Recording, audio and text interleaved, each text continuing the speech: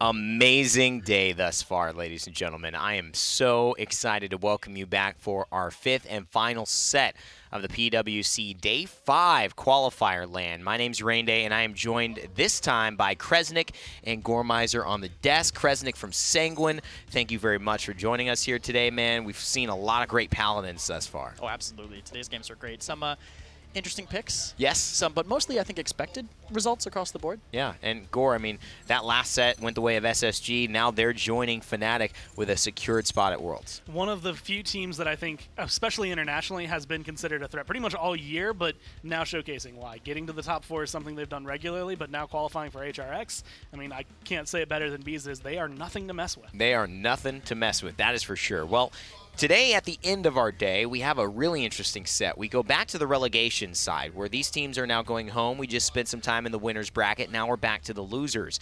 SK and Big Egos. One maybe with a little bit of a bigger ego than we would have assumed, and one with a little bit more of some scarf action than we would have assumed. I just can't stop pointing out William's scarf. It just looks so great, and if he has the glasses to boot as well. We brought in Kresnik to kind of talk to us a little bit about these teams. You've experienced playing with these players quite a bit in North America. Tell us a little bit what you're expecting from this matchup.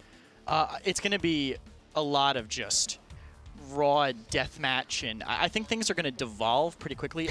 Both teams want chaos, yes. I think. I know SK likes the aggressive tanks with the Throner just kind of pressuring the backline. I know Big Egos just wants to DM. It's two teams with a ton of raw talent.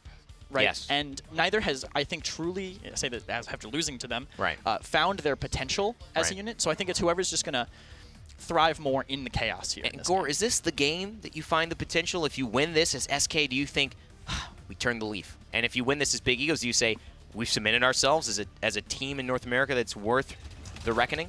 I think if you're SK, you start winning, this is when you start to feel a little bit more confident. Like yesterday, it was a shaky start. Everyone on SK was saying that. They were like, we did not feel good about games 1 and 2. Like game 3, we were finally comfortable. We knew what to do. This is a team they know a lot better. This is a team they know a lot about. So if they can get this win, they're finally going to start maybe getting into the groove of land, how it's supposed to feel, especially after 3 games yesterday. They're warmed up. And the same thing goes for Big Egos. Like you said, a lot of talent that's been on this team, a lot that we have seen over the year, either in the PGS or sometimes on LAN, if you count William 355 a year ago. So they have that potential. It's so much star potential in there. It is just, like you said, awakening it, making sure it comes out on LAN. And the roughest thing for either of these teams is that no matter what, you're going up against Virtus Pro after you win this. So it is not going to be an easy road. You really need to get into the zone now. You know, it's funny because Rock Monkey and Rubu came from that Team Purity team that William was on last LAN that beat SK Gaming. That's who they beat. So we see a little bit of an interesting thing. William, no wonder he's feeling confident. He's already done it with the PGS team. Like, he's literally done this exact same thing again. So maybe that's where the confidence is coming from. We've seen some close-ups to Edgem and Invocal, 2 huge players who are going to determine, I think, the outcome of this match on the damage side. What are your thoughts on Edgem thus far in this tournament?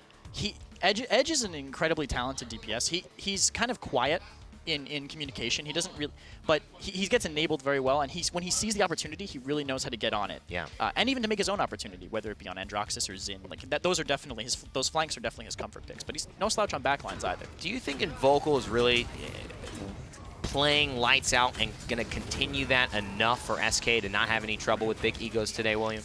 I mean, if you can get the Throner playing like that every single time, I think you'll have a much easier job. But the thing about Invocal has been SK's performance, right? Every single time they lose, it never has mattered to him. He's always having a great slash line, a great game, tons of damage. Right. And if the rest of the team can step up to play to just half the level that he's been at this entire time, I think we see the entire team step up overall. And when you get those moments like we saw yesterday on Splitstone Quarry, then you start seeing those shining moments come down for more than just Invocal. You start seeing it spread down to TP players like Bitey, players like the Throner. You know, it's interesting because one thing that stands out for me is William 355 liking the ruckus on Big Egos. And I look at this SK team, and the only person that screams ruckus to me is Bitey. But he's on support. The Throner and Wi-Fi don't play a lot of ruckus. So with ruckus coming into the value I think that we've seen, especially in Europe, that he has, how much of an impact do you think he's going to have in this set? I mean, I would say out of all of this, being able to pick up, like saying things like the ruckus, right? Right. You look back towards that. I'm looking at what Dethroner said last night after their game goes through. They're going to ban my Fernando. They're going to ban my Ashe. They're scared of me. And so you start looking at picks like that making a bigger difference overall. If frontlines are getting banned out, if they become that much more important, then you have to pull out those pocket picks. And if you're SK and you don't have a Ruckus at this point in the game, you're doing something wrong. I mean, who plays it? Who does play it? If you just can't draft it? I believe it would be. I think it would be Wiffle. Of the two, and Dethroner would probably shift back to the point tanks, just because I know that's a tank he definitely does not like to play. Yeah, it's an interesting kind of quandary here because we're seeing that Ruckus always just shows up out of nowhere. You just forget about him, and he just shows up, and he becomes like first pick material sometimes with the amount of incredible win rates and success that we see him have. Splitstone Quarry, that's map number 1. Notably, this is SK's map pick. This is where they won that big game last time, and so feeling confident about SK going back to the stomping grounds of success. I mean, if we're looking at momentum, that's where you're going to find it, right? Where you were successful last time. Oh, yeah, absolutely. This is also one of their most practiced maps, from what I understand. They scrim it a lot, so obviously it showed in the play yesterday. And the band's starting, too. They're trying to zone out kind of Neo. Yeah. Neo, he can play backlines, but obviously he's really, really good on those blasters. That's always been his thing, an ex-teammate of mine. So starting with a Willow band limits almost the best blaster, I would say, on Splitstone Quarry. I think this is an interesting one because, how much can you ban Neo out and how much blaster priority can you put into this draft if you're going to only leave one, and that be the Drogos, and now you have to play this counter game, right? Because if you're not willing to take the Dredge here, who I think actually can succeed on this map, I don't know if you guys agree, but I think it could succeed pretty well. The Drogos is up for grabs. Do SK feel pressured to take it now? Fernando first pick. They're guaranteeing themselves the aggro tank, right? And Nando, Ashe was kind of, before this LAN, Ashe was being seen as like the primo aggro tank in North America. But people were kind of like, hey, instead of Ashe ult just for you, Nando ult's for everybody. Yeah. And now it's really showing in that the quad pressure, the ult, his value is so insane. They definitely want to confirm that early. And based on how Dethroner was playing this yesterday, I expected to see, because he was running Brand Incinerate, like he was making sure that the fireball was having an impact every step of the fight, as opposed to like immovable objects, some of the other cards that we've seen in his loadout. So he is going full aggro. He's not messing around. He's not even considering the point as something he should be on. But what we saw, interestingly enough, is I think this is very clear in Armada and SSG, right, where the Ruckus was able to just create so much pressure damage-wise that, the Fernando that was creeping in from Armada was basically useless. It didn't do anything in that room. I mean, you tried to find it, but there was just too many moving pieces, and now they've got to deal with an Andro and a Torvald. How do you like to start out for Big Egos there? Torvandro is great for them because they love enabling their DPS. Big Egos, I mean, their tanks are no slouch, but they are their DPS. They love their DPS. They want to enable them. They will go in and sacrifice themselves to let them work, right? Yeah. So having a tank that can stay alive while also giving this damage boost and health boost to their DPS, that's like right in their wheelhouse. So you think an Ashe works better here? For Big Egos? As a secondary tank coming through? I mean, the Barrack is something we saw trying now, but it didn't work very well. Ashe Torv is actually a really kind of underrated tank comp, because really? if you're you can bubble your Ashe in while she pressures, like help her sustain, help her live, because she can get into a backline, get a kill, and get out. I mean, if she's running battering ram. Gore, do you think it's going to be the Ruckus, though, for William locking this one in? I mean, they have that option in their fourth pick phase. I feel like they actually might be more likely to veer towards an Ashe, something that's going to be able to hold on to the point, because Torvald is always in this awkward spot of where are we going to play him, how are we going to do it, but having him with the Androxus, maybe even going with the Ruckus, they get a lot of aggression, a lot of kind of anti-anything in the air if we have to deal with it. Androxus is the one that I think catches my eye the most, just because overall, the games they play with it, that is a different level of edge than we see on any other champion. I think he steps up because it's comfort for one thing, but also just because of the potential that Androxus has. And when you match that with Leon, like, if you pick Drogos at this point, you're almost giving yourself a death sentence. Yeah, it's a dangerous game to be playing here. The Barrack hovered over for SK. What's the best round out here for the squad, Kresnik? What would you do? They definitely, I don't think they want Ruckus, just for their champ pool. Yeah. They might make it work, but it's definitely going to be uncomfortable for them. Barrack's probably a good choice. They're going to have to anchor around the Barrack and kite edge, more or less. Like what we were trying to do yesterday. You have to anchor around your point, rotate, poke out edge, make them use their cooldowns to get in, so that by the time they're in, they're weak and they can't get out. Well, Vivian locked in the secret strategy from Armada. It's showing up again. Not so much of a secret. Big Egos forced into the Maldamba. The Ying already picked. We haven't seen any Genos, any Furia. any other supports besides Grok, I believe. I believe in this there was a tournament. Was there Grover? Saris? There was a Grover pick? Grover. That's right. Yeah. There was a Grover pick. We like but to forget about that one. all the Gs. I've They kind would of too. blocked out all the Gs at this point after our Splitstone main Grok, which, is what it is. Guys, who do you give this one? We're ready to go to the casters. Quick, one word. Who wins? SK. SK? All right, let's see if Vox and Pretty Hair agree with you as they're ready for the call. Well, what are your thoughts, brother? I think that SK got a very good draft for the situation. The little things that I was thinking might go the other way is maybe a couple of frontline choices. I thought that maybe SK, they're going to prioritize an Ashe early on.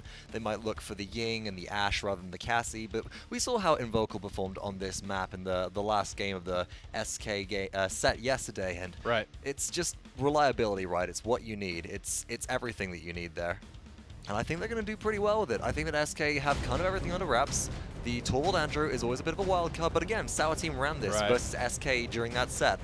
And they just kind of didn't really do much with it. And this has that element that the last set did not have. SSG and Armada do not really play each other ever. They're not super familiar with the styles. They know only what they're told, only what they can see that's happening at this event. Not the case here. These teams are intimately involved with each other, I would say. They know each other in and out. They're playing Monopoly in each other's hotel rooms at night.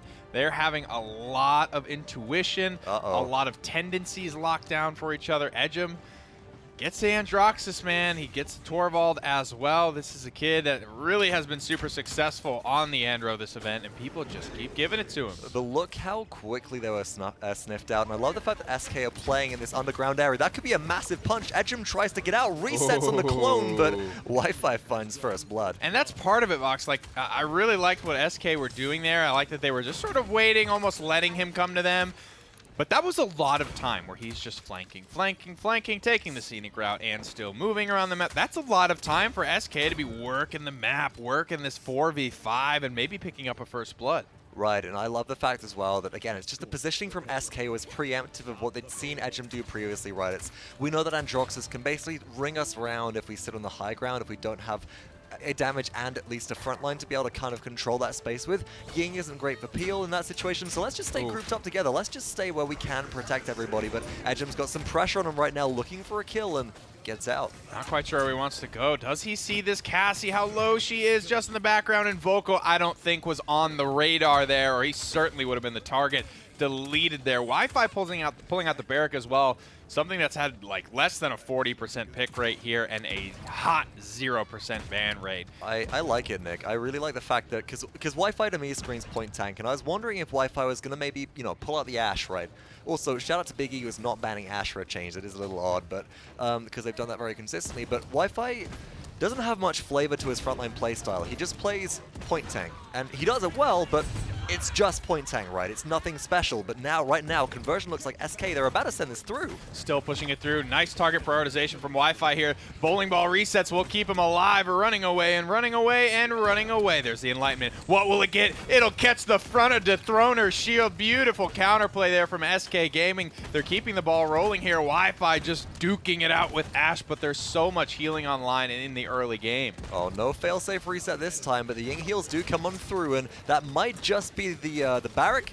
There we go, going down as Watkins gets one kill. Edgem forced to reload, just decides to send the high fives out instead for the kill. And Big Egos do get some stabilization right now as SK are forced to regroup.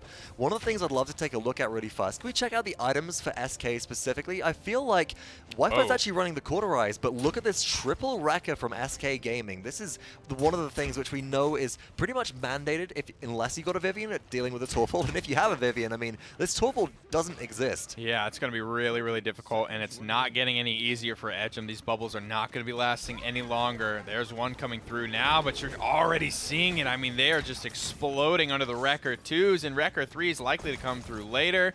I mean, he's got your favorite. Skin-equipped Fox. This man is looking up to the task. And that's also the value of the mid-round buy there coming through. SK Gaming, with their successful capture, they got 300 additional credits. They all wiped. They all went back to base sort of after Big Egos found that initial stabilization play as overtime is about to come into effect, folks. And, wow, Big Egos got a defense there, Nick? They did. They did. Knocked away. Either way, that mid-round buy did allow them to come back with Wrecker 2s at that point. Thought it would give them an advantage, but nobody contested, and then the Ashe just kind of makes sure that nobody can reset overtime right there. There's so much shielding online for the boys of Big Egos. It'll have to be an all-in on the records for SK Gaming just to get through it. This time around, I'd like to see them get a little bit more aggressive with this 4v5. You could see how respectful they are of Edgem's Androxus. They just lulled him into a false sense of security, like, yeah, you did it, you flanked us, you got around the backside, come on in, get your kill, turn and burn. He got deleted. I really like the heads-up play, though. You can tell Edgem is hyper comfortable on this pick. The punch reset on the Androxus, that's not really something you think about doing unless you have played this loadout a lot. Right, and it's specifically it's the shot, punch, finish them off with a shot, but you've reset your dashes, so you have that guarantee to get back out again. You're not getting the kill and just going, what do I do here? But hold that thought as another flank comes on through. Edgem's been spotted out again. There it is, but it's Barrick on the objective this entire time. Watkins is running largely into the shield here, trying to fight back against the entirety of SK. I mean, he is really feeling the pressure here. There's a nice Immortal. SK Gaming are just controlling Splitstone Quarry here under the bleachers. They simply cannot be moved. And Ashe starts dominance. Okay, you're not going to kill her while she's within that circle, but you know what will help stall that out? Illusory Rift. And that just means that the Ashe really can't get any pressure right there. And look at this, Big Egos, they still have a couple of members available, but they're nowhere near their base. Watkins is almost dead already. What is going on here? Fox, did you see that shield just melt? My goodness gracious. That was a shield? It's barely. If you blinked, you might have missed it. 75% for SK Gaming. Edgem, he just can't get in on this. SK Gaming have gone for a very turtley composition here. They are sticking close by each other's sides, always playing undercover, and Edgem just cannot find a way to get in. And Edgem shouldn't have peeked there, should have waited for out of combat regen. Needs to try and catch a heal from T-Mac, but T-Mac's just trying to heal up Watkins on the objective, because you've got to contest. This Vivian is laser focused right now. Edgem goes in, but there's the personal shield for Vivian, and what do you do to this? You just go for the solo ult, and it doesn't even work. Oh my goodness, Big Egos cannot catch a break right now. SK Gaming in control of the objective, 99%. The overtime has started in their favor. Niu managed to bring one down with him, but Dethroner, he's waving to his opponents. He's feeling good. He's got his comfort pick. I mean, we saw some Fernando Dethroner fan art earlier. Oh my goodness. Boy, he's showing us why. We did? Yeah. Oh boy. his big face under the helmet, baby. I gotta catch that a little bit later, folks. But I mean, Dethroner said one of the things in the interview post SK game yesterday, everybody is scared of my Fernando and my Ashe. The DPS players on enemy teams are scared of my Fernando and Ashe. That's why they ban it out. And Big Egos, they didn't choose to, and we're starting to see why, especially on this map. SK Gaming, 2-1 at the moment, looking for conversion over halfway through with 1 minute and 50 seconds left. Illusory Rift for the momentum. They're trying to get this one going. Plenty of time to do it. Ultimates as well. That's a great one to kickstart the objective, but they don't really have a lot else. Dome Shield's getting close, Immortal's getting close, Sentinels are getting close, but it's not the most impactful teamfight ultimate. That's more just sustained damage increase.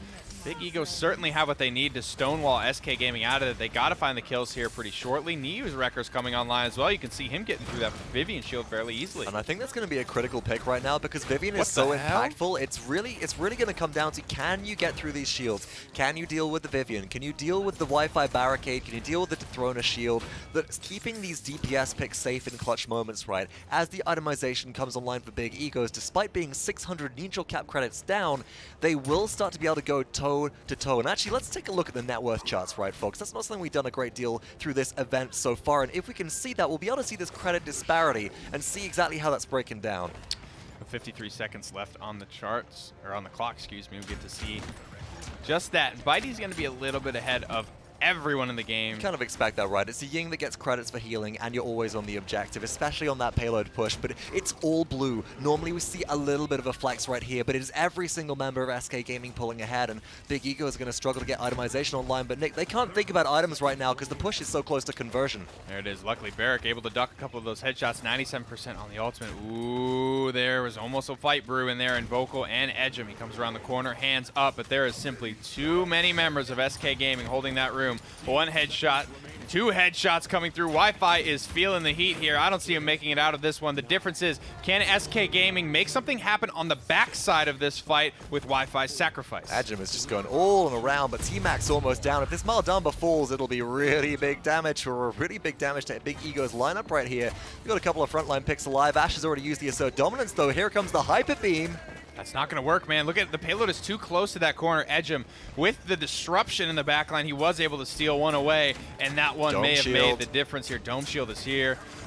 lot of people are dead, Vox. They're still going for it. SK Gaming think they can get it done here. This is a big risk. Is it going to pay off? Edgem does end up finding Bitey. No more sustain for the side of SK Gaming. Big Egos, they're trying to hold Wi-Fi still is alive. bad. Oh my goodness, this Ash is out here fragging. Niu finds Wi-Fi. The respawns are coming back on through, but there's the kill. There's the Torvo William. Can they contest versus this Cassie? No, Invocal and Payan, they'll push it through. Triple kill, SK Gaming. Look at those big waves. moves happening right now. That is an extremely risky play that they just pulled off, and now they get to reap the rewards. But have they exhausted themselves, Vox? Do they have the steam to fight in this next round? The thing is, they're so far ahead in item economy right now. We saw those net worth charts before the round even ended, and that's going to be the whole thing is we're now 3-1. It's one capture away from SK Gaming possibly clutching this, and I don't know if the Wreckers are online enough. No, Niu's got Wrecker 3, William 355 has Wrecker 1. That's it. We're seeing some cauterized 3s for Big Egos,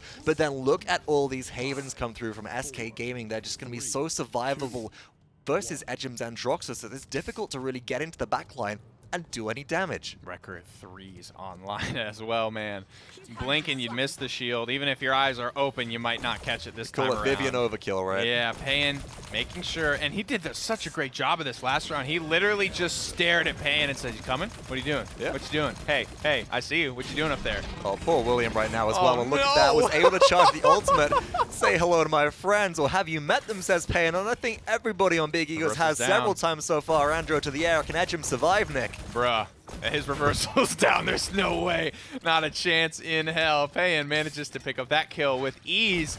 And this is Vivian not having to be distracted, not having to just stare at Payan for the majority of this round. He gets the kills coming through Oh my early, God. and this time From he's able that to have distance. such a massive impact. From that distance, still dealing 400 damage up close and personal. He Oh, goofed Watkins! it! He goofed it! It's on the boxes! It's Oh, not going to no. give him the damage reduction. That is a massive misplay for Big Egos. Their frontliner is not able to stall it out.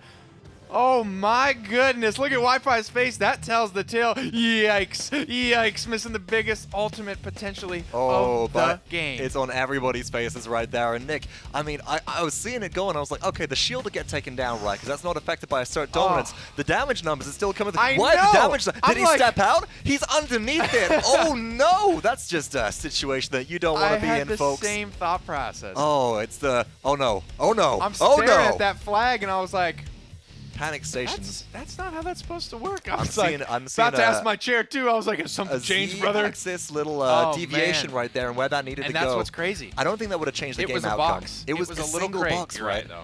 I still don't think it would have changed the outcome of the game, folks. It was very heavily in SK's favor. Wrecker 5 coming online, Sheesh. Nick. That was the story for me. That is big damage versus shields. Game 1 dominance for SK Gaming. Let's get it back to the desk and keep this set moving. That was pretty funny, wasn't it? I wish the camera was on the desk, honestly. Pretty sure it was all three of us just We were like all just head in our hands. Like, yeah, no. yeah, that was a big mistake. I was just talking about the clap back there. I thought it was pretty funny that they're going at it with a little bit of drama. You know, for me, I like that stuff here. At the end of the day, get a little spice. But let's bring it back to the game. Yes, it missed assert dominance. It was close, but no cigar, and that was like seriously no cigar. He just hit it on the box, had to fall down and contest. Wow. I can't think of a more I don't- unfortunate scenario. but- to be in. Let's preface this by saying I don't think that changed the outcome of Oh, the game, no. but it It just accelerated it. It accelerated. They were thinking about map 2 already. They just wanted to go. They That's just wanted right. to get it going. That's right. So that was, we were talking a little bit about Big Egos, actually SK Gaming, and their intention to take people to Splitstone Quarry. Chris, like you said, this is actually a really kind of nice thing that they do. Oh, yeah, absolutely. I think Splitstone is kind of underplayed. I know it doesn't come up in scrims in practice too much, and I know EU, especially from what I've heard, does not really play it. So having it as a pocket pick, like one of their strongest maps, is good for them, I think, in draft. I mean, that was just, it looks impossible for Edgem to get in. It looked so hard for a guy who's been kind of the star for this Big Egos team to have any effectiveness. Is this SK playing well, or is this the lineup of that Edgem had to work with that just wasn't giving him room? I think a lot of that was SK. I mean, not only do you see Payan and Invocal doing a lot. I mean, 7 and 5 doesn't necessarily reflect the impact I think that you saw Payan actually have, but it was also the grouping at the beginning, or expecting Edgem to have that Androxus. Like, they knew Androxus was going to come through for that. They know that he's been playing it. It's one of the best or most successful champions Big Egos has had this LAN, and so you just play against it. What does he like to do? Well, he goes around the back line. He tries to kill off someone there, find a pick. we'll just stay grouped and force them to come down and fight 5 of us. What can you do as Androxus in that scenario? Yeah, I mean, it was a really nice pickup. Again, the prioritization of the Ying. Bitey said that Payan was calling these drafts, and then Bitey said, listen, brother, we need to change something up. We're losing, and that Ying's got a 75% win rate. Let's get her on our team. So far, it continues to work. Yeah, Ying's healing is just so hard to deal with, especially if you don't have any like really hard caughts in your team. They had Neo on Leon, but they just played in the Quarry. He couldn't get a good line of sight. They could always re-heal. There was just so much value out of it. I mean, Invocal, again, has such a tremendous day, and he's been such a phenomenal player. Again, going 12-5, and I think he had like 9 assists, so essentially a 3.3 KDA. Invocal, he's your Steel Series MVP for this round, and that's not really a surprise, Gore. I mean, just constant damage. One of the things that Cassie brings is always, I think, consistency. And when you get a player like Invocal on a champion like that, this something goes back to what Beeson said. She's not quite hit scan, but if you play her right, you can feel pretty much the same way. Edgem in the air never felt safe. That was an interesting because that was 1-1-99, and basically what happened is Edgem went in, Payan used the shield, okay? Edgem got a bubble, used reversal, got out, went back up, shield was down. He was gonna accursed arm and kill Payan. I don't know what happens after that, but he's alive, Payan's not.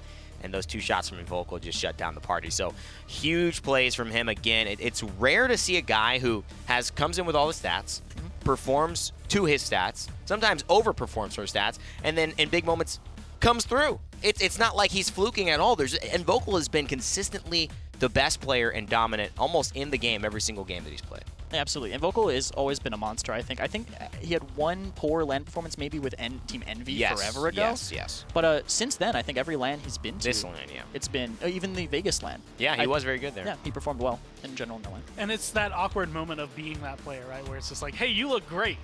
Your team's not, but like you're looking incredible because it's hard to break through. Whether or not you actually want to go to another team or not is going to be one question. But even if they're looking at, I mean, you go look at SK stats, you're like, I don't know, man, you're not winning a whole lot. Like, disregard the fact that he was like 27-3 as Drogo's on a Splitstone Quarry game one time. Like, this guy can play, and that is something that I think is always bringing SK into it. But again, seeing the rest of the team start to perform a lot better, Pan having a better game, Dethroner having better games, them coming into the fall split was not crazy impressive. Their like immediate pickup was just like, this could be something, and then it amounted to, I think, 1, maybe 2 total wins by the end of the split. Now it's starting to feel like they actually have something brewing underneath and actually feeling like a team. Well, we're ready to get in the ban and the draft phase here for game number 2. Big Egos now will have first pick and they'll also have first ban.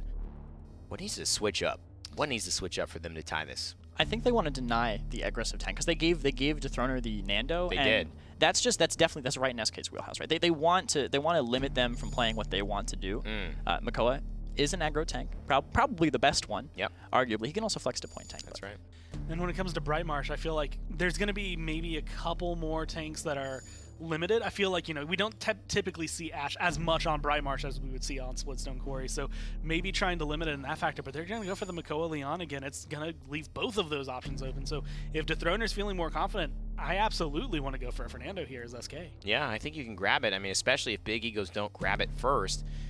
And if you do grab the Fernando, you open up the Tour of Anything combo, which is not as good on Brightmarsh, admittedly. But they're going to take the Inara. That makes sense. This will open up a Fernando Ying, most likely, for SK, I would assume, if they keep prioritizing the Ying the way they have. Potentially Fernando Drogos, because in general, Big Egos, even in their set against us, so far in their set against SK, and I believe even in their set against SSG, they just pick Damba. Like, they don't care. T-Mac, Snake Pit 5, Damba. Yep. That's true. They can wait for the Ying, honestly. That is true. But, you never know when the adjustment's going to get made, right? You do run the risk of Big Egos adjusting mid-set and saying, you know what, we need the Ying. And they take the Ashe instead. So, interesting here. How do you feel about that one, Gore?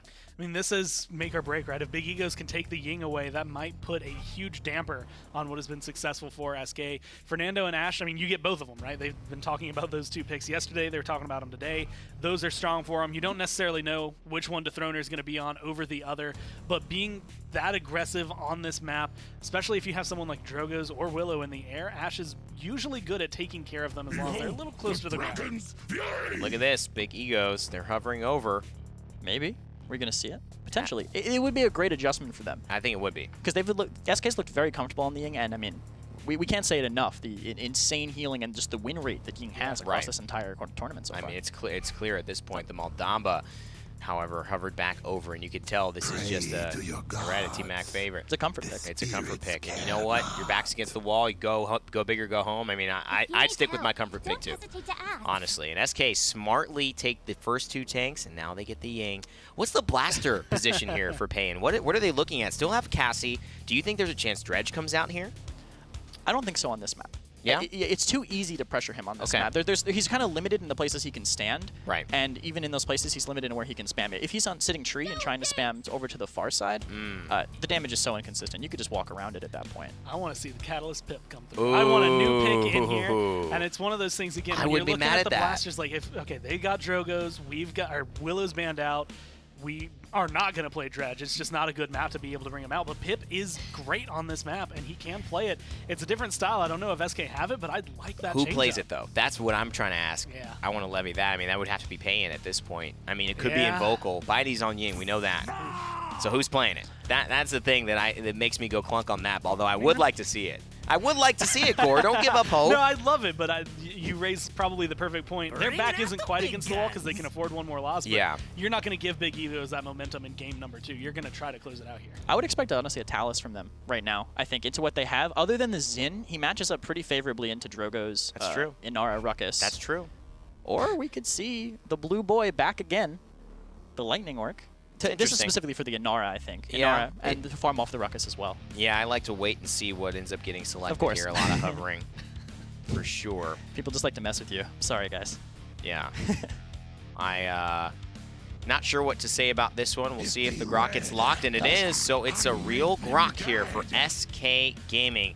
Boy, that's a gutsy move, considering how abysmal it was when it was shown up. But I think this is more of a Maelstrom Grok instead of the Spirit's Domain. Oh, man. The pressure it's going to put on is it's going to be strong. It would be better if they took the Ying because of being able to bounce off the Warder's Field, the illusions. But it's going to be mostly just to farm damage off the Inara, force her off point, I think. Well, Gore, what do you give this one? Do you think SK are taking this 2-0? I think Big Egos have the better draft here. I actually think they could take it. Yeah, I agree as well. All right, so they think Big Egos are sending it to a Game 3. Let's send it over to our casters, Pretty Hair and Vox, to break it down. It's a real-life Grok, Vox. It's an intentional Grok, which is the cool thing that I'm loving to see. I mean, we got the Lightning Orc coming to the battlefield. I'm expecting this to be a Maelstrom, probably in the hands of an Invocal rather than a Payon here. I'm seeing Payon more at home on the Cassie right now, and Invocal with that tracking skill on the Grok. And I think it really is quite good into the Ruckus, into the Inara. There's nothing that can really block the shots beyond Impasse right now, so you can really dink things around. This would definitely be a Bitey pick if Bitey wasn't on main support right now, but looking at some of the other picks coming through and some of the talent selections, everything's what you expect. The big thing for me is I was looking at what can you pick in this last pick position. I'm looking towards maybe the Victor. It's not great on this map. Talus sucks on this map. Straight up, I'm going to say it. I'm looking towards Big Egos having the Xin pressure. Grok has Ghost Walk, and that's the critical thing for me.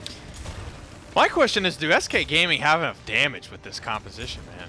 I think that they certainly can if the Inara places down Waters Fields like that. Watkins is already going down for first blood, and look at this.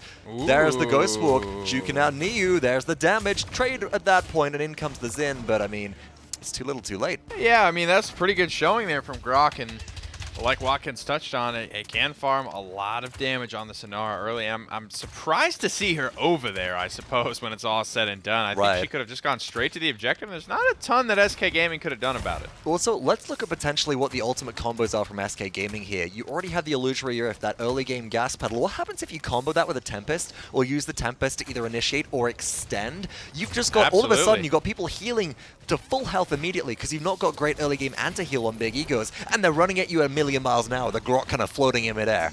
Yeah, man, it's really, really difficult to deal with. Most teams like to burst down the Grok, but now that he's got the flight, it can be difficult to keep track of him as well as everything else happening. It's just chaotic. And it's two ultimates that thrive in the chaos there. 75% for Big Egos on the objective. First pick of the second fight here going to Wi-Fi. Bitey finds one as well, and an early and often Grok ultimate. That's something to talk about. Very, very quick charge rates for the support ults. And now William is trying to contest. Watkins is there as Inara, but the support just isn't coming through. And SK are going to start to overwhelm with damage here. Invocal doing a great job on this Cassie so far. On a 4 streak currently as well. We also have, you know, it's actually Payin on the Grok on a 6 streak by the look of things. How does he see? Look at his player cam. with Is he just difficulty. like, he's looking through his bangs right now? Pretty much. I mean, I had long hair for a while, right, and you still do, but You kind of have that hair too. You got the curls. yeah, a little bit less curly than that, a little bit more wavy, but when it was growing out, it was really difficult actually, man. Like, to pay attention in my high school classes, I used to have to like use a spray to keep it out, like a setting spray to keep it out of my eyes. It was really doofy when it was growing out at a certain point. But speaking of doofy, Big Egos just couldn't get that cap at all. SK Gaming are running away with this. Ooh. Scout was used in that last fight, Nick, and it's 82% already. Grok's sitting at 72% on the Tempest. Bro, My goodness. These shock pulses are really hitting home for Pan.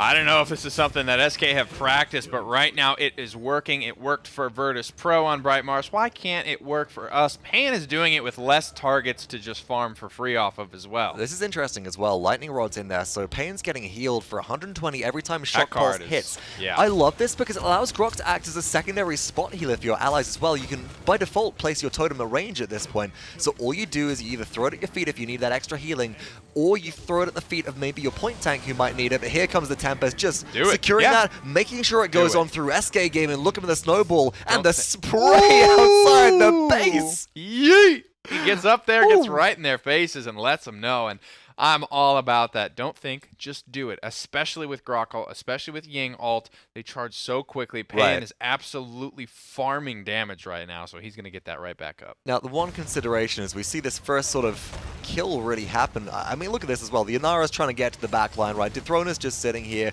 ready to group back around with Payan, and is able to help find Watkins with that fireball. I don't know what Big Eagles were doing at that point, but let's look Dude. at ult economy, Nick, as we go into this Look next at the, round. What is the sprays per minute of this match right now? Pretty Both high. sides, win or lose, these guys are. I love the they're just Inara painting spray the as map. well. I know, Inara there, 5-0 for Wi-Fi, 5-1 for Payan, 4-0 for Bitey.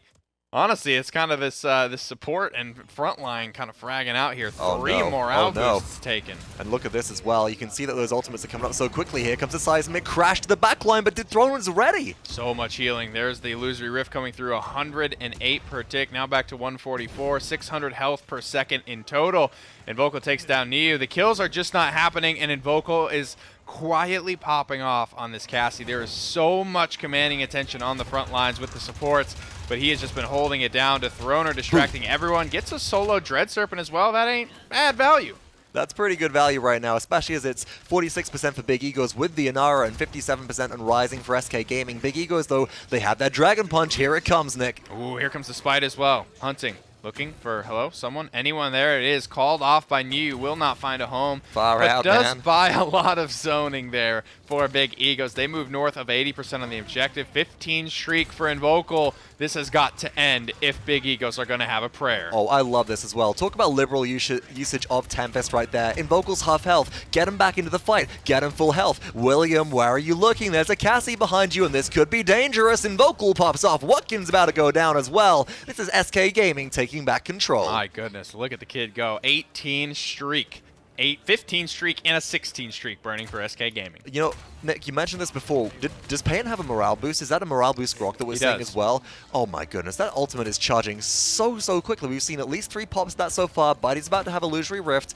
This could be an easy 4-0 for SK Gaming if they can just get these ultimates synced up, and they're starting to gain momentum with that scout early on to put the pressure onto Niu. Yeah, man, and there's so much mid-round buying to be done too. If honestly, SK Gaming might want to consider just jumping off the map, buying items, killing these massive streaks, Yeah. or just keep going for the throat, and Vocal just will not stop here. Look at how low they are. They can't get out of combat. Grok is keeping everyone on their toes. And look at those illusion placements from Bitey right Bro, there this as is well. bad. Just stopping the damage from Ruckus. That's a savage streak. That's a 9-kill streak in a row. Killing blows from Invocal. 23 streak overall. If anybody kills him, they're having an immediate ult. We could see 2 Dread Serpents in a row, and that might be necessary to change the tide. Somebody's got to deal with this Cassie. That's what I would do if I were T-Mac. I mean, Big Egos at the moment are struggling. Here it Uh-oh. comes. More ultimates. That's the more double pressure. combo. It's coming through for SK Gaming. They hit the Tempest. They get the first kill. Will they get the second? It looks like it. 2 for 1 so far. SK Gaming, can they be stopped? Inara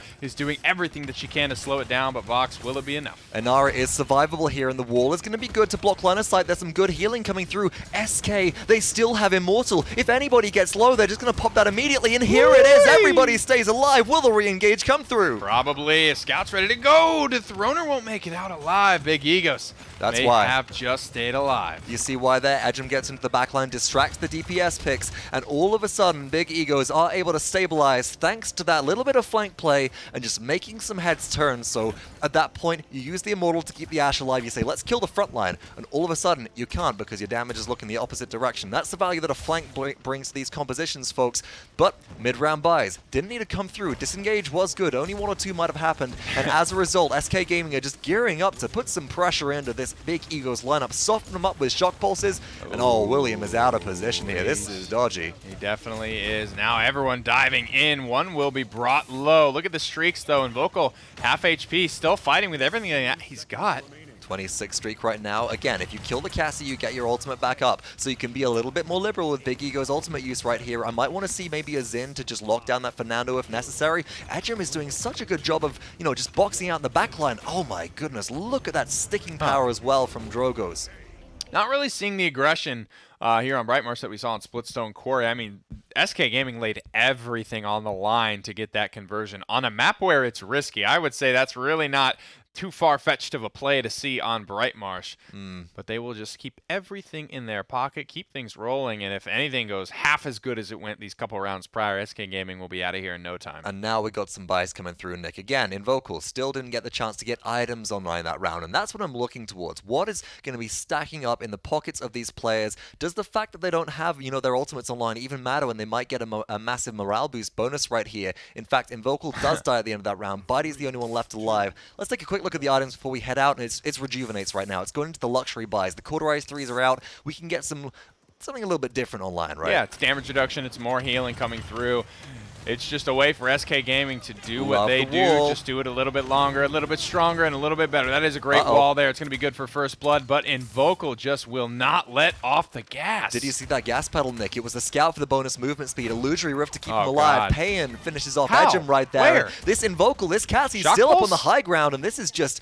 I don't know what I'm looking at right now. I'm looking at Big Egos going, we have a plan. You're looking at a mess. We're going to kill Dethroner. Going to use all of our ultimates on the Dethroner. And meanwhile, Cassie's sitting on the high ground going, I mean, I love it when people don't look at me. This is great. Yeah, I mean, plenty of resources left for the Big Egos. Scout was a blind now, Nick. But how? Ooh, that disengage. Oh, that combustible angle, excuse me, is really, really rare to see. But Payan, unfortunately, will have to be the recipient. Here comes the Dragon Punch. It's, And again, zoning round and round we go. Zoning but, indeed. you know, 40% still held in the tank. Salvo ready. That's going to charge up very quickly, but it wasn't the zone which you might need. SK really needed to be staggered there for Big Egos to cap. They've got this combat mechanic, but SK are trying to find their way in. William 355 tries to open up with a Hexafire, and it might find a kill here. There it is. Dethroner will go down there. Niu manages to weave, I think, a fire spit in there. Wi-Fi cannot get it off. I think that was a stun mid-air or something. The seismic crash come through. It just beat him to the punch. SK Gaming have opened the door for Big Egos to come back into this set. We'll see if they can tie it up. They might be able to equalize here, Nick. I mean, so far we've seen SK push a couple of times, and sure, they had that Illusory Rift, they had that Tempest combo, which is very strong for just getting momentum, but what happens when Big Egos want to put their foot down, right? They've got a Dragon Punch for an immediate free kill, they've got a Spike to lock people down, they've got a Dread Serpent to open people up, and that Hexafire, well, we know how deadly that can be if you don't run for cover. SK Gaming, all their ultimates on the line. They're going to hit the gas pedal on the Tempest, try and get this one going. It's good to just skunk the enemy team's momentum here. Make sure that they do not roll through comfortably all the way to conversion, all the way through this round.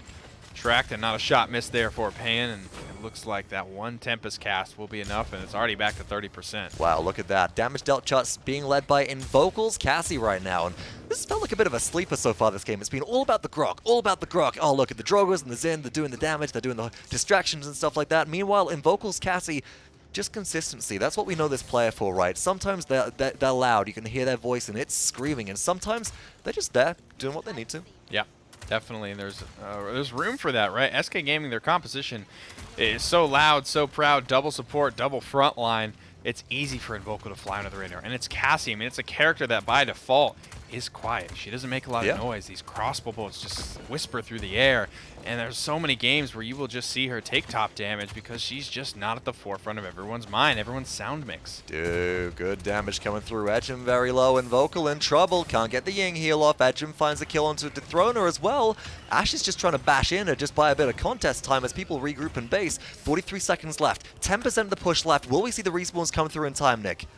I don't know, man, and there's so many resources still left for Big Egos. SK Gaming cannot allow them to push this through without even spending for it. I mean, maybe they're going to get it here, but if they have to spend all 5 of their ultimates for it, that's one thing. Shock Pulses have to reign true. Edgem is in the back line right now. He needs to be dealt with. It's both of the supports trying to do the deed. And these Shock Pulses, that was perfect positioning for it right there. You have a free shot onto Waters Field. Everybody's standing around. Nobody's able to throw up a shield or a wall to be able to block that because of the payload proximity. But Edgem finds Dethroner overextension. Everybody's solo on both sides, but look at that Ying heal come through. That's life exchange for you. It's an awkward thing to have to play around these Shock Pulses. Look at how low Edgem was. If somebody else peeked and got hit by it, that might have meant Edgem's death there, so it's definitely something to keep in mind. And Vocal rolls down, drops his spray defiantly as he dies. Totem's up. I want to get this one down for this boxing match, buddy, or at least drop it for someone paying. Use your totem, use your utility, use what Grok is bringing to the battlefield. All aim, no brain, all damage. That's what Payne's known for on his Grok at this point, Nick. And it seems to have worked out okay. I think the value of putting the totem down could have been there, but at that point you had an Ashe contesting, you had, your Fernando around with the respawn at that point. You can just focus on getting these kills, making sure there's no chance of a last-minute respawn stagger coming through. And now, SK, they do get the defense. They don't win on it, but they are able to hold Big Egos at only 1 point on the scoreboard. They keep it all under control here.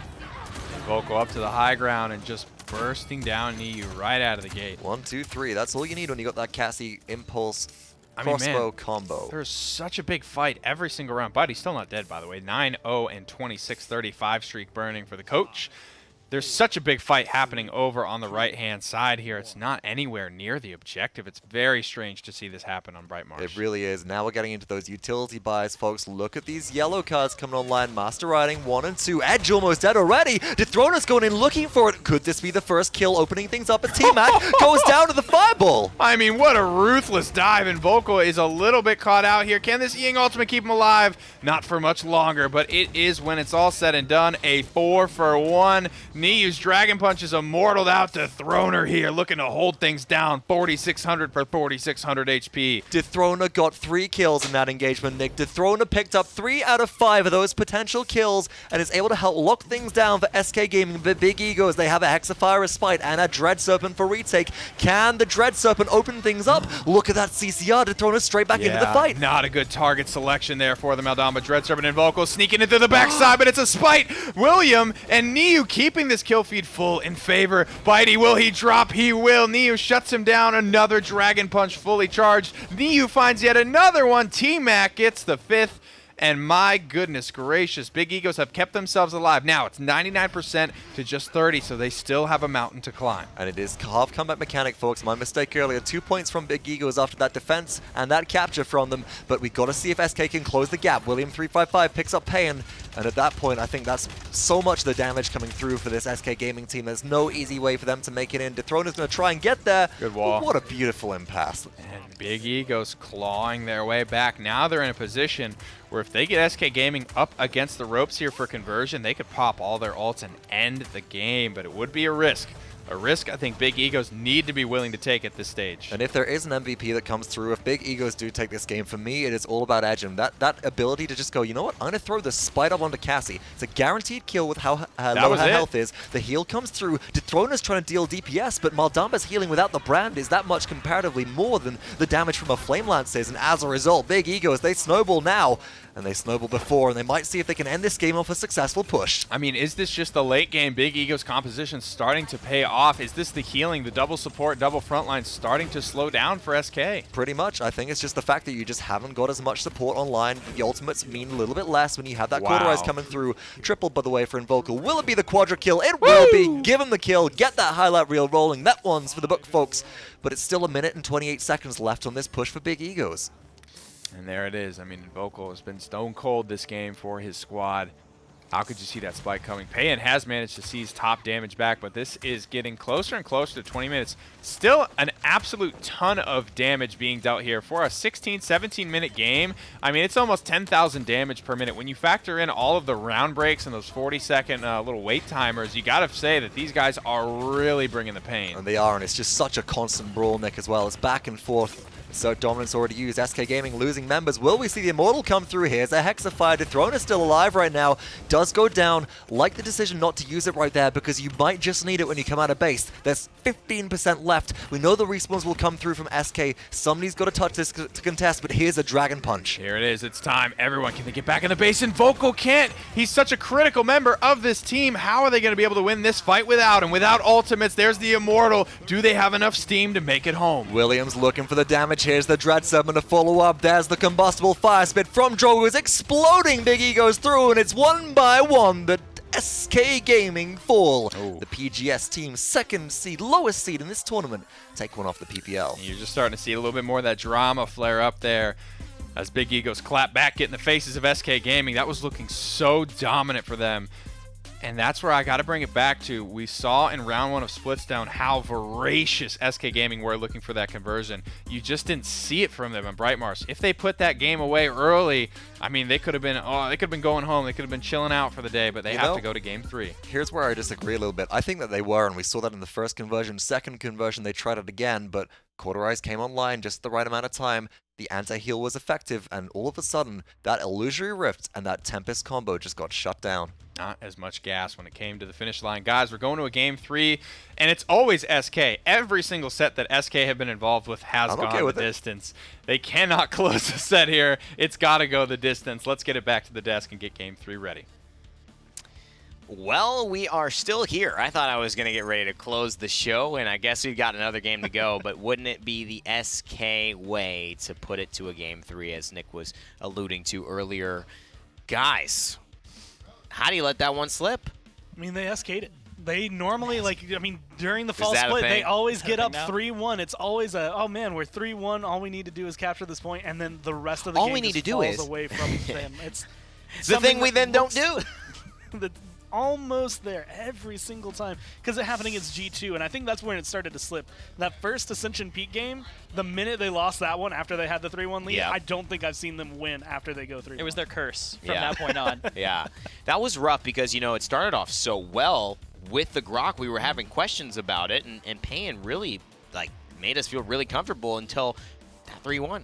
Yeah, I mean, the Grok started great. They matched, the Big Egos tried to match the Inara into the Grok. I don't think intentionally, but the Grok was able to just melt her HP, use her as a tipping point for all the pulses, and they got a ton of value. They just melted that Inara, but basically threw her DR immediately.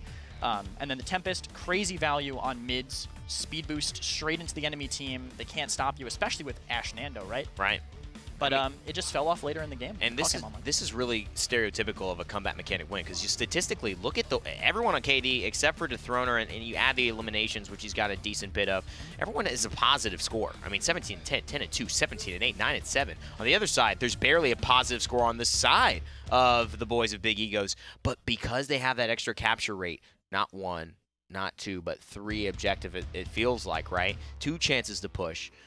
SK just don't get the rhythm back, and Edgem ends up really snowballing this, getting your Steel Series MVP on the Zen.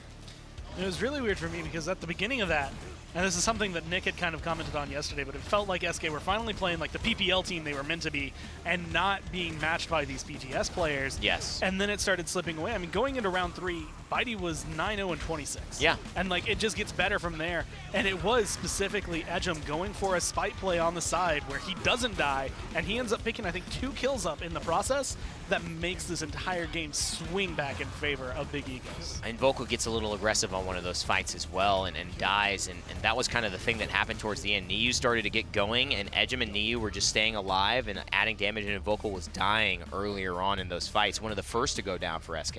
Yeah, the pressure that Edge was putting on was kind of forcing them to, we got to clump up, we got to deal with this Zin, we have to play people for each other. Then they're on top of each other, and he was like, I'll spin on you, sure. yeah, spin, Yomi, and this is all working very well for me. And then Neo is just on the side, just fire spitting, 75% caughting them all. Oh man, it was very, very hard. You could tell that there were a lot of questions being asked by both teams at both beginning and end of that game. I mean, Big Egos thought, oh, we're out for the count. I mean, it's 3-1. They're pushing. This is a very dangerous situation. And all of a sudden, they start to get that momentum. And on Brightmarsh, anything can happen. Very barely any distinction between the KDAs or the frontliners there. The Ruckus does get the W. And the Fernando, and I believe the Fernando Ash, right, did not just get the value, although it did get them that win. It was a scary win to watch. The earlier Brightmarsh where the Ash was, where Dethorna barely dunks his head. It just didn't feel like it was a dominant pick, and it shows that it can't really hold up. Well, we get to go to Frog Isle to see where everything can wrap up. And one of the things that caught my eye during the first game that didn't catch my eye in the second game is going back to Dethroner and looking at that Fernando. And again, it feels like it was almost different loadouts, because actually looking at the one that he had last time, he was running that immovable object. He had gone more for that crowd control reduction and the slow reduction to make sure that he wouldn't get caught out by all of the stuns, all of the anything that they had on the side of Big Egos. But because of that, he gave up a little bit of those moments where it's just like, your fireball right here is your tool. You need this. And in maps like this, it could make or break the difference depending on which way you go. So they have to be a little bit more careful, I think, about the draft to make sure that he can play as aggressive as he needs to. This was a very telling matchup for both teams, and clearly it's going to be a tight set. We felt this way going into it. Do you feel any differently now, having seen Big Egos take that win? Not really. I think I expected it to be close. Like I said before, both teams have so much raw talent. I like the decision to take them to Frog Isle here. I feel like it's a way to limit flanks. Androxus, one of Edge's favorites, statistically not usually great on this map. And the Blasters have to play very defensive, which is not Neo's comfort zone. And that is something that I think will telltale here. I think in Vocal, he's known a sniper or two to work well on some of these maps. So I think he'll feel happy about forcing maybe some ban pressure on the Big Egos. It'll open some things up in the draft that weren't open last game as well for SK.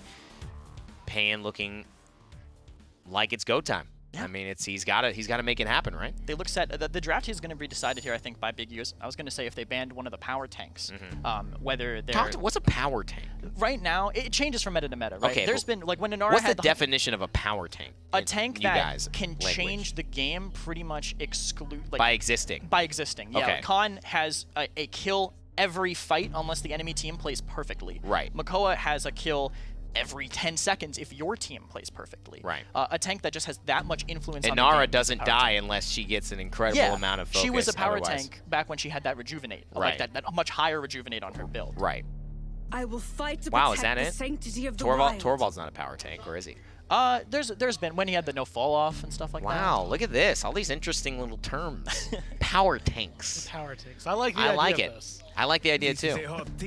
Either way, Inara, Fernando coming through. That's actually Fernando's not a power tank. He's or is I guess it depends on who's playing. Or is he? This meta right now, is. It's Makoa Khan. Okay. Right now, those are the power tanks. Nando can't hook you. Okay. Nando can't pull you out from where you want yet. to. Not yet. 1.9. Wait till you see the balance notes in 1.9, baby. Who needs a shield? It's a shield hook. It actually does both. It actually shields and then hooks you automatically. It's like a little circle shows up, and you decide who you want to hook. Also applying brand at the same time. And also just to kills make the sure person that you hook. Yeah, it's an instant kill as well. I like the start to Bigo's draft here. Since they banned Ash, Yeah. taking the Nando limits very heavily what SK can do to pressure a sniper if they take it. So then SK is like, we need some way to get through the flank. Right. Torvald, maybe I can bubble a flank through, have that double damage pressure coming through that side to be able to touch that sniper if they get it. Yeah, and this is interesting because Inara is going to give Wi-Fi pressure on the objective. Fernando and Drogo's plenty of damage and cauterized to go with both of those. And they do not take the Ying. What do you think about SK's decision to pass on the Ying here for the Torvald Victor? For me, I think it's actually a little bit better for them. It's weird to see them pass it up because of how much success they've been finding with it. Right. But they're changing their playstyle right now. Like, again, you're looking at the fact that Fernando and Ash have been their go-to picks pretty much yesterday, today. The games they are winning, that's where they want to go. And their back's against the wall, and they're like, we're going to go Inara Torvald. Literally the opposite of the aggressive tanks. We're going to play very passive, very defensive. Ying is going to be really great in that, but Victor gives you that pushing power. I think he gives you that distance where you can keep him safe. I mean, look at what Fnatic were able to do bubbling just a Victor earlier. The damage numbers are going to be ridiculous. Well, Big Egos with the Ruckus. It's a super comfortable lineup for them. And, you know, Payan has done some great things, but that Cirrus surprised all of us on the desk. If that really does get locked in, well, it is. It's going to say, hey, Victor Barrage, let's line this up. I would say The next that this time isn't a you see huge my surprise for banners, SK. They run. like to practice with other supports. They like to be flexible. Bitey's always loved being a flexible player. Right. I mean, And- why do you like this? Ceres just historically is really, really good on Frog Isle. Also, if they had gone a sniper and the Eevee was diving over the wall, Ceres could just grab her with Mortal Reach, and now that Eevee has 3k more health if you That's don't have true. someone with caught shooting at her. That's true. Now, what do you think about just the talent? Is this a Mortal Reach or is this Avoid Abides? Do you think they're going to try to play around more They're of not the going to be. length They're or not the going to be a grouping? death ball comp. Okay. They're not going to be together. You know, they have Tor of Eevee. Eevee's going to be going in. Victor's going to be in the back spamming. Void Abides won't quite get the value. Well, it's going to be all up on Frog Isle. Big Egos or SK. One's going home, one's continuing on. Let's send it out to Game 3 on Frog Isle with Vox and Pretty Hair. First Ceres we're seeing here, and Oh, yeah. the call is Mortal Reach. I I got- definitely like it's just that for Nano Shield, and beyond that, Yeah. I could see some big convergences in the future. I was about to say that. What's going to block it right? You've got to dive behind one of the pillars, Nick. Also, That's it. I can't wait to see an Eevee with 6,800 health, if I'm not mistaken. 3k from Mortal Reach Oh, wow. Ceres. You got your Field Study Torvald for 2,000 on the bubble, and then you got an Eevee with 1,800. If the Slian isn't shooting them, that is nasty. Yeah, and almost if they are, because like at that point with Still with the bubble, with right? how strong the Ceres heal is, even with 90% anti-heal, you're verging on, it's still, like 100 health per second is still relevant healing in my Right. opinion. Look at this. Sarah setting up the corner, Wi-Fi and Pain taking the edges. Throwing her on the Inara gets the objective. And this is one of the beautiful things about Ceres, right? You can heal somebody, you can jump up, you can heal them, you can get to safety, and you're not exposing yourself like a lot of other sports have to. Pain finds first blood onto Niu. And he's going to have cooldowns, I think, to go a little bit deeper. Bubble up over the top. There's one. There's two. It's going to force out the emitter and force the Ruckus back. There are Yin clones galore, but Pain has looked good on the Eevee. I mean, really good. 11:05 on one of those Field Study bubbled shots. Oh my goodness, they just keep on swinging, and this was the pick that Pain was on when SK pulled back a game versus Kanga Esports. They're looking to lock down this rocket. That ultimate, Get it. that's not Smoke Globe, that's Get it. touched already. Get it! Oh my goodness, you're right. It's 1:30 into the game, but Pain has still managed to lock this one down. There's the bubble. Dethroner ever present on the objective, on the point, and winning the fight here for SK Gaming. They lock down one more, and I think that's That just about barrage. gonna do it. Oh my goodness, the middle! Can they find it? No, it's not a 2-for-1, but that was very, very nearly. Oh, Going for it. Can you find the Leon? You want it, you want it! Okay, yeah, that And was Wormhole gets you out. pretty simple stuff there, but that mid-range, man, Pain looking good, feeling good. And let's talk about one of the reasons why Pain is so survivable whilst doing this. Flicker 5 in that EV loadout. 375 health returned every time you blink, including on the Wormhole flick back. I mean, that is just... She's tanky. That's egregious, Nick, because as long as somebody's not hit you with Cauterize, you don't need the Ceres to ever look at you. You got a Torvald protecting you. You blink in, you blink out. You know, you got half your health back already at that point, do the pretty hokey much. pokey. It's actually just over a third of your health back, to be precise. Thank you, chat. I know. But still, the Ice Storm twice in a row into this Ruckus is making them have a really hard time at just doing anything. I mean, it sure feels like Snow Globe, doesn't it, man? I mean, there's a lot of ice storms coming through here. Might be in some trouble now. That There's convergence. the convergence. Gets the soar as well. I want to look at this Eevee's loadout. How much Killing Frost is he running? Only one. Only one. He's getting the resets here. He's getting the cooldowns rolling. And it's going to give you, once he gets a kill, it's 2 seconds. It's 2 seconds. So it's only a 10-second cooldown. William is going to drop that Hexafire largely into an Inara wall. Yeah, let's talk about that Hexafire and why that was not good, Nick. Okay. Because everybody was already dead, and everybody was already running away. And now you've just burnt an ultimate. With Yeah. a minute left on the clock, Ruckus can probably get that back right. But with the amount of pressure Maybe, that's gone onto dude. Ruckus so I far don't this know. game, if SK come back in with a mid-round buy, 7-1, if this 7-1 Eevee comes back in with like, all right, I'm sitting on a Cauterize 3 of y'all again, no healing nerds, and just dumpsters this Ruckus, there's really not much you're going to be able to do. So, Vox, we've seen a strong start from SK Gaming before. Are they going to slow down again? Do they need to put this one away like 4-0, 4-1, 4-2? I think so, right? Because the Torvald really relies on the ability to bubble people and make sure that that Eevee is safe. The faster you pop that bubble, the less effective they're going to be, right? So as the game goes on through, as the Wreckers get online, the composition from SK Gaming in terms of Torvald is going to become a little bit less strong, right? In terms of the convergence, we're going to start to see that maybe come into effect, which could be interesting. And definitely there's a lot of combo potential, so I don't think it falls off that hard. But I think it gets more difficult for SK as time goes by. On the other side of things, though, is SK Gaming, as they get their anti-heal online, this Ying is going to start to fall off, and that's a major talking point, too. The one thing I'm seeing is that Pan is getting... got a little ahead of himself on that last death there. There was a moment where, and I'm guilty of this too, when things are going well for you on Eevee, you get a little riskier. You maybe get 2-3 shots on that blink before going back. You maybe try and get that kill without popping your sword. I'll ice block later. I don't need it now. Pan needs to be diligent about how he uses his cooldowns. He needs to make sure that he's staying by the book. You know, that's also another really interesting thing. As Oh, no, the reload! Big Egos get the defense. Oh, that's gutting. Okay. You know, I was going to say that a Torvald field study, Torvald buffed Eevee can actually one-shot these illusions, which is really good. But I mean, if you've only got one in the chamber and you can't kill the Lian, that's just a fearless bad moment. That's not that you did anything wrong. It's just like, you just don't have enough in the chamber. Take a look at our respawn first blood Nice here. nade. Love it when it doesn't hit anything, but here's the barrage as well. This is such a critical moment. Just softens up Watkins, makes sure that the kills can come on through.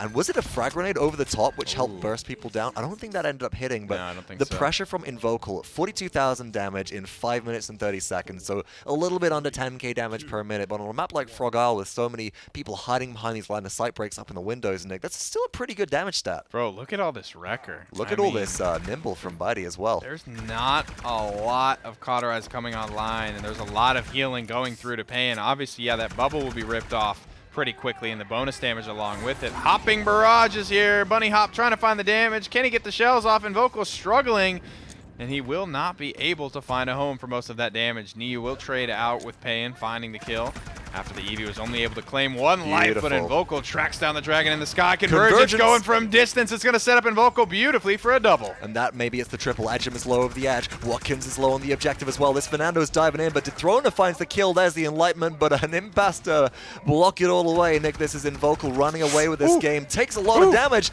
Look at that save coming through. Niu not afraid to take that fight. Niu's going to get the kill as well, but SK Gaming have come away with the payload there. Out of ultimates, but they got everything that they needed. I want to see a quick victory. I want to see a dominant victory here from SK Gaming. You really need it right now, so they're looking for this conversion. They want to go up 3-1. Now, SK Gaming, what tools do they have to break the base right now? To start off with, it's going to be the Ice Storm, and this might find a kill on a Watkins, right? But all it's going to do is ensure that Big Egos can't get any advanced zone. They know, just from the previous round, the Big Egos have a very strong defense, so SK are trying to get as much push out of them as possible before they get slowed down. Kill on the Payan, though, will definitely take the wind out of their sails. Yeah, nice read there from William. The missile launcher was basically waiting for Payan the second that he wormholed back to his original position here. And this is okay for SK. I think they really need to just focus on getting some damage out at the moment. This is the payload already where it needs to be, that final choke point, that turnaround before they get to the home stretch, the landing strip on Frog Isle. But they're going to need ultimates to get it. There's no way that they get this payload through. Absolutely. And I mean, I am looking towards the conversions as the main ultimate here, because at the very least, that's going to force an Immortal. And if you can force the Immortal away from Big Egos, all of a sudden, they don't have the sticking power that they do on the point fight, right? They don't have the ability to just, Eevee dives in, drops an Ice Storm, they can reset with Illusory Rift and Immortal, and then re-engage onto you with a Hexafire. If that Immortal's gone, you might just pick up a free kill here or there and really open things up. But expect SK Gaming to be playing a little bit more just cautiously for the time being, looking to charge some ultimates, maybe poking people around with this Eevee, but again, even trades coming through. Not a good look so far for SK, this team in blue. Williams going to get another successful flank off there. Payan takes him down, but Niu will answer with a fire spit. Beautiful trades here coming out, and it's going to be in favor of the defense at that point. They're respawning so much closer. They're reinforcing this fight just so much faster than SK Gaming on the offense are going to be able to do. Look at that as well. Niu getting the Wrecker online, deleting that Torval bubble on the Inara right there, and that's going to be critical as time goes by. Wrecker 2 getting a bit of Rejuvenate online as well, and I'm looking to these flex picks to become more and more important as time goes by. Now, Payan does have a Cauterize 3. That's Ruckus trying to go for a flank, but William takes a face full of headshots. Invocal so low on health, but Payan comes into the finish, almost takes the killed himself with his self-made. grenade. Come on, buddy. You got so much to live for here in this round. You've got your ultimate, and Vocal is looking good for the money this time. And that's we hit on that a little bit earlier in that Fnatic VP set, actually. Sometimes the only way out for Victor is through, and Vocal goes toe-to-toe there, gets as much damage out as possible, backs off at the last second, and sets up Pain beautifully for the kill. That's a juicy-looking Ice Storm back there, Vox. And I really what I want to see right now is, first of all, you got to deal with this Ruckus. You got to make sure that William can't put pressure onto Invocal. Then I want to see the frag grenades, soften them up, and then Pain dives in, but Pain's got no blink ready, could be in trouble. Flicker healing comes through. No, the Fernando's not looking at him. Neo gets the kill, and it's an even trade so far. Invocal goes down, William with a double right now, and it's only Wi-Fi left on the objective. William's flank finally paying off here. Whew. And you could tell William wasn't even breathing during that team fight. He takes a big one after the round, comes to a rest. Some communication happening from the support right now. Same for SK. How many times it was William just trying to get that flank off? He's just like, I'm going to go into the back line as Finally, it Ruckus. worked, yeah. I'm going to go into the back line as Ruckus. And even if it didn't get a kill right, it bought some time. I still do really enjoy the fact that Invocal on the Victor, as we watched the INAP instant replay, did go toe-to-toe with this Ruckus. But this was a big opening play on the objective for SK Gaming. I mean, it's a Convergence, it's a Victor, it's a Drogo's in the air versus a hit scan champion. You can see a little bit of actually view kick right there, and the recoil, as soon as Leon was hitting the Victor, your aim starts jumping around. It's much harder to box out with that champion because of what she does to your aim, but still, just getting the better end of the trade. Playing with objectively the best rifle as well for Victor. This Iron Sight is so much better than all the other skins here. I like the red skin one, but I think that's just an aesthetic point at that point. Ooh, look at that Dragon Punch combo with the Immortal. I love that, Nick, but a Convergence to follow. Oh, God. It's so much damage everywhere. Can't get the shield up in time to block it. Still going to eat it, and Voco manages to find 2, almost 3 if Wi-Fi hadn't done the deed himself. Ying on the objective, not long for this world. Wi-Fi finds 2.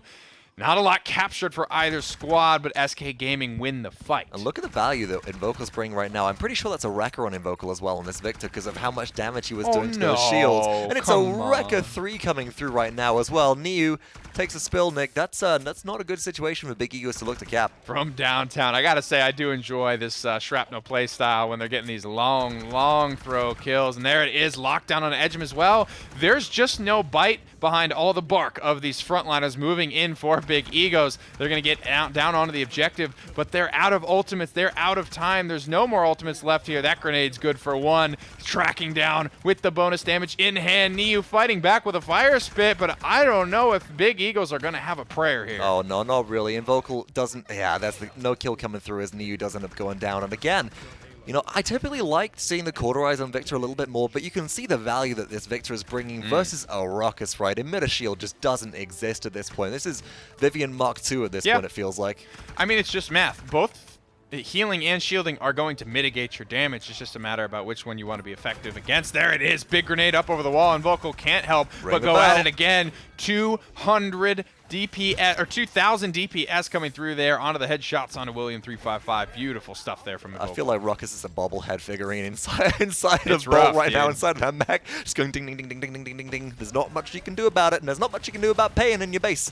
Trying to get this kill into Niu, who barely escapes, but I mean, how much does that actually do for you as the heals come on through, and everybody is shaken around by Barrage? This could be SK converting, but here's Illusory Rift to try and get the stall. With the Cauterize coming through here, there's the Ice Storm on, and not just 1, but on to 2 here. Pain isn't even being looked at here in the back line. This is big problems for Big Egos. Their egos aren't going to be able to carry them through this fight. Immortal will, but just for another 4 seconds, soaring across. Beautiful dash from Edgem, giving him the jukes. I love what I'm seeing there. Bitey noticeably frustrated in the booth. SK Gaming had the chance. They had their foot on the throat. That was so close, and it was just, I don't even think that was a missed shot from Pain. That was just a perfectly timed grace coming through from Edgem. That's 96% back on this Leon's ultimate. You're looking at Big Egos trying to stall. Now, ultimate charge efficiency and ultimate economy goes over to Big Egos at this point. The seismic crash is going to be up soon for SK, but nothing else is near ready. Barrage might be in time, but you're sitting on 97% for a Dragon Punch. That's charged and ready now effectively, but Drogo's is down, and this isn't looking good. Pain drops 1, but he doesn't have his wormhole to get himself out. He's going to milk this ice block for all that it's worth. Blink up in the air. Look at that stun coming out there from Bitey. He manages to land a big one on a William 355. think that might have been a seismic crash as well coming through. Oh no, Edgem's been looped. He looped right there. Can we get the kill? Payin gets one, goes down. Niu contests versus Dethroner. Gotta use the Dragon Punch, but Sarah's DPS, man. It's up to William55 to have the stall right there, and it's a Hexafire, but it's straight into an impasse, but that might have just bought enough time for the respawns to come on through. You've got this Inara battling out with the enemy front lines, and the pop-off there from SK. They slam it home, look straight across the way at their opponents. And another easy clap for the boys there. There was a lot of emotion in this set. Both of these teams really wanted this win. My hands are shaking right there, but what play coming through from both of these teams, Nick. That was a set down to the wire, and I think that's not just proof that SK have got the potential in them to maybe take this all the way through and qualify for HRX, but it's proof right there that big egos, there's so much competition in this NAPGS region. The proof is in the pudding, though. The PPL team will survive there. 3-game sets for every matchup this tournament. SK Gaming, it's taken them a while, but they've gotten it done, and they've stayed alive for another day. Congratulations to both teams. We're going to get back over to the desk and close out the day.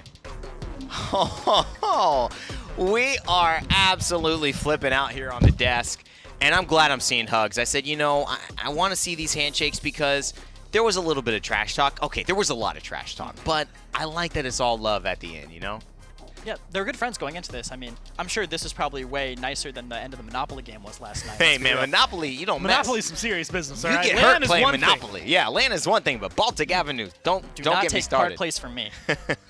But guys, what a game. I mean, what a set. That ending is like, finish it.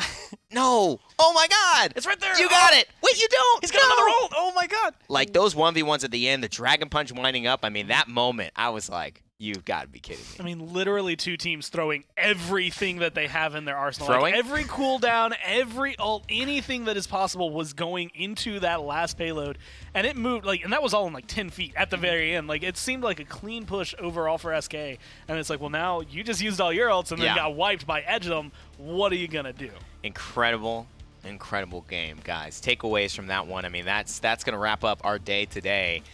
Before we head into the interviews, Kresnik, what are your main thoughts? I think Big Ego's drafted something that wasn't really in their comfort zone. This is a team that likes to be aggressive. I mean, you guys saw it in all their sets, especially against us. They like to be aggressive. They want to push. And this draft, they had, you know, the Leon Drogue, and that's not like a hard dive comp. But the one time they tried to do it, it didn't work into the very spread, you know, the Eevee Victor. They're all a mile away. They Dragon Punch one person. Everyone else is just like, ha! You got a kill. Now you're all dead. Yeah, you know, exactly. They couldn't get the trades with their comp the way they wanted to. Yeah. My pull away from it is that Pan is a really good Eevee player. I have learned that today. It was something I did not quite know fully 25 and was 11. in his pocket. I think we've seen it in the past, but I didn't know that it could hit that hard when you needed it to. Gotta give a lot of credit to Wi-Fi too, who had a really good game on Barrack earlier on in their win. Game 2 was relatively disappointing because of the way they went up and lost. But Game 2 as well, that ending sequence where they were combining him and Payin to just bubble each other. Whenever Payin needed to go up, Wi-Fi had a bubble ready for him to protect him to get those big shots. It allowed that overtime sequence to kind of start happening, and they didn't get it there, but it just made for a lot of interesting plays, and I think they're all stepping up as a squad, and they're still in it.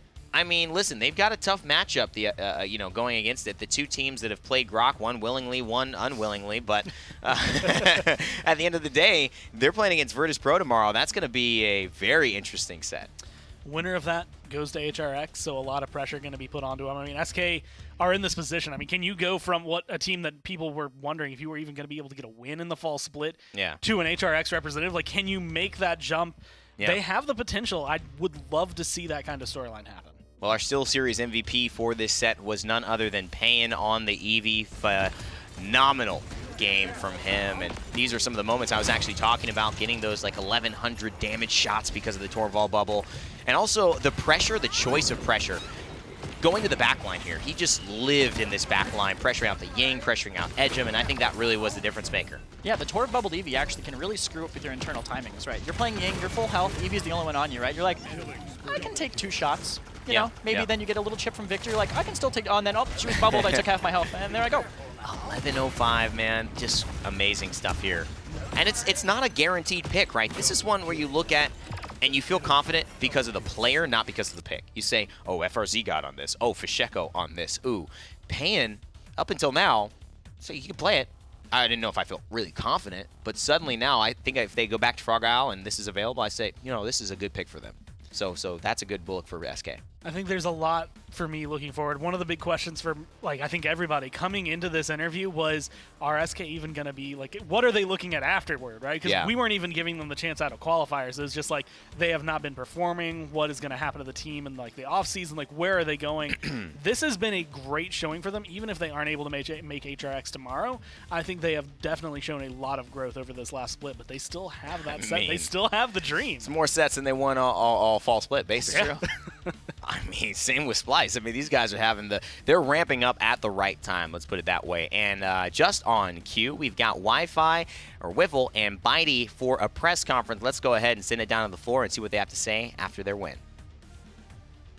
Gentlemen, congratulations on your victory. First question that I have for you is, what is this? What does this mean here, this little shirt vent we were doing? The whole team got involved. I have to imagine it had some meaning to it. All right. I want to say it because I love the guy. It's kind of like our internal meme for shouting out viral. When you're feeling really nervous, you start sweating a little bit. You gotta air it out. And sometimes you just let the air in. And it wasn't just nerves that we saw coming through on those player camps, especially on map 3 of Frog Isle. Visible frustration on all of your faces when one of those pushes got thwarted at some point. I want to ask you guys, we saw people go, okay, that payload didn't go through. What's your process like for resetting after an event like that and just getting your heads back in the game? You want me to, reenact it?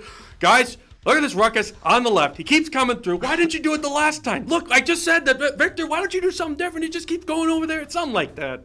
A little more flat though, because you don't want to you don't get that into it. But he gets pretty riled up, so I gotta tone it down. We gotta reset after each point, or else he'll just be nailing into somebody for messing up.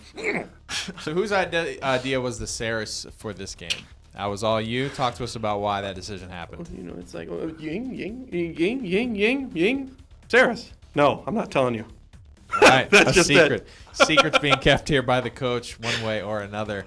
I mean, that was a great showing from you guys. I know there's a lot of emotion, and why is that? Why is this important? This matchup so important for you guys against Big Egos? And it's just leading up to HRX, the big thing, especially not to lose to a PGS team. We had a little incident with Purity a couple months back, and we just didn't want that to happen again. To me, it's showing that we're worth it.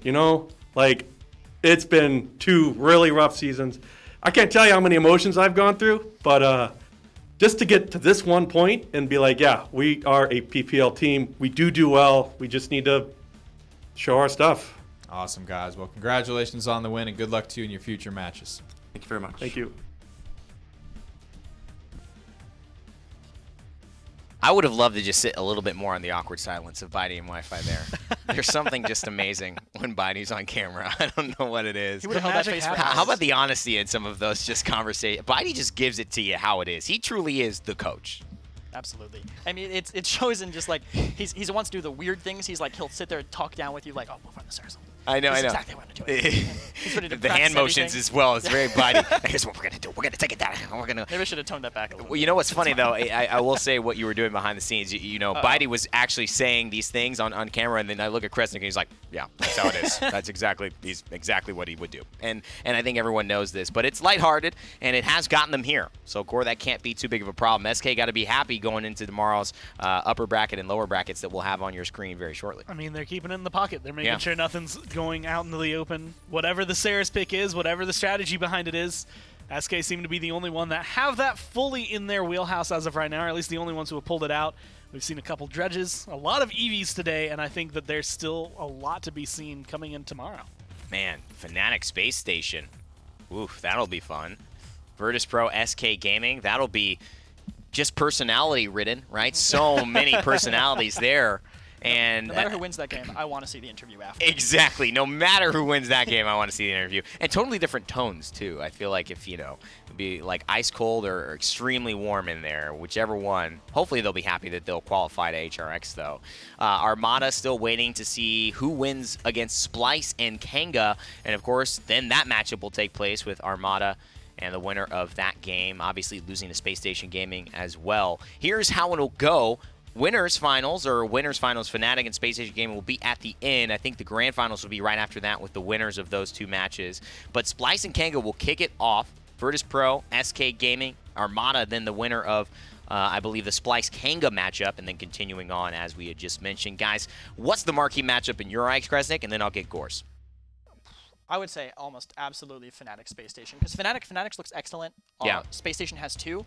It's two very different play styles, Yeah. and I want to see how they clash together. Gore? I actually think it's going to be Splice Kanga because I think both of these teams have shown a lot of potential. Kanga, we had mentioned it earlier, like this is the dream run, right? You get Cryptic, you get Splice, you can get Armada if you can beat Splice. Like you have in your grasp HRX, you just have to get past 2 hurdles. Whether they're big to you or not is really going to be up to the team. It's going to be so, I mean, that bracket run is going to be so exciting to see. And, of course, where are they running to? What's the destination? This isn't just a never-ending marathon. It is actually coming to a close here next Friday, Saturday, and Sunday, November 16th through 18th. High Res Expo, 1 week from today. That's right, it is Friday. Man. It is Friday. Who would have thought? These days are kind of running into each other, Time huh? flies. Time certainly Wanna go does somewhere fly. after this, right? Yeah, exactly. You got the I mean, weekend, though. I guess so. Now we have too many great things happening over there, so you don't want to miss it. Make sure to stay tuned again for today's ending broadcast here. But tomorrow, the big one, 11 a.m. will be starting, kicking it off on Mixer.com/Paladins game and all across the interwebs. Guys, closing remarks for the day? I think we have seen probably some of the best Paladins this week that we have in not in a long time, but pretty much all year, except for maybe PWC this last year. And it's all leading up to even more of the best Paladins that you've ever seen. certainly So I'm is. just excited. Yeah, Kresnik? there was such good gameplay today. Like tight matchups between the teams really shows how close this tournament is from top to bottom. Except maybe Fnatic will have to see how the game tomorrow goes. But yeah, I'm just glad I was here to talk about it. The last day of the qualifier LAN is tomorrow, so get a good night's sleep. Make sure to join us at 11 a.m. Eastern time for that. And as always, my friends, remember to never give up, never stop gaming, and we'll see you all in the realm. HRX is brought to you by Hi-Res Studios, iNet, Mixer, Alienware, and Skillshot.